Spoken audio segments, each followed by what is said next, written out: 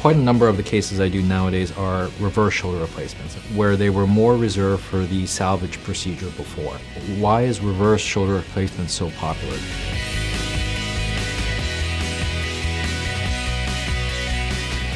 For the shoulder to work right, the ball has to stay in the socket. The humeral ball has to stay centered in the glenoid socket, and then the soft tissues around the shoulder move it. What dynamically holds the ball in the socket is your rotator cuff. The set of 4 muscles or tendons that basically keeps the ball centered in the socket through a mechanism called concavity compression. So if you look at your shoulder is a ball and socket, and the ball has to stay centered. And what holds the ball in the socket, like my fingers, are those 4 rotator cuff tendons. Now, the ball-socket relationship in terms of size is unique. The ball is very big and the socket is very small. So you can think of it as a beach ball on a dinner plate. The ball, again, is much bigger than the socket or the dinner plate. Or you can think of it as a golf ball on a tee. And that intrinsic difference in size makes the joint naturally unstable.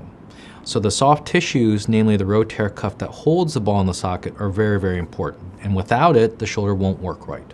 If those rotator cuff tendons aren't working, then the ball starts to wobble and you get abnormal kinematics and abnormal wear, bad arthritis or rotator cuff arthropathy, a specific type of arthritis because the rotator cuff is not working. And that's different from primary glenohumeral arthritis, which is where the cartilage breaks down.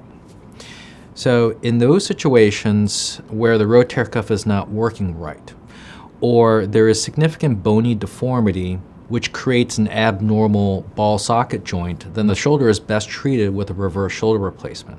So rotator cuff arthropathy, significant bony deformity, and then if you extend that, really any condition where the soft tissue is abnormal, atrophic tissues from previous surgery, trauma, revision surgery, then you can see that the indications for a reverse shoulder replacement dramatically increase. So in situations where you have bad rotator cuff disease or significant bony deformity that predisposes to posterior instability or posterior subluxations, such as bad B2 glenoids or C glenoids, you have to create a fixed fulcrum. You can't rely on the soft tissues or the bad bony anatomy to provide that stability.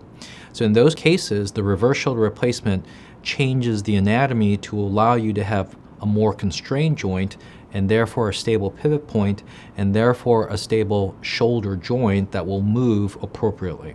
That's the summary of how reverse shoulder replacements work from a biomechanical aspect. We're going to talk about the history of the evolution of RSAs next.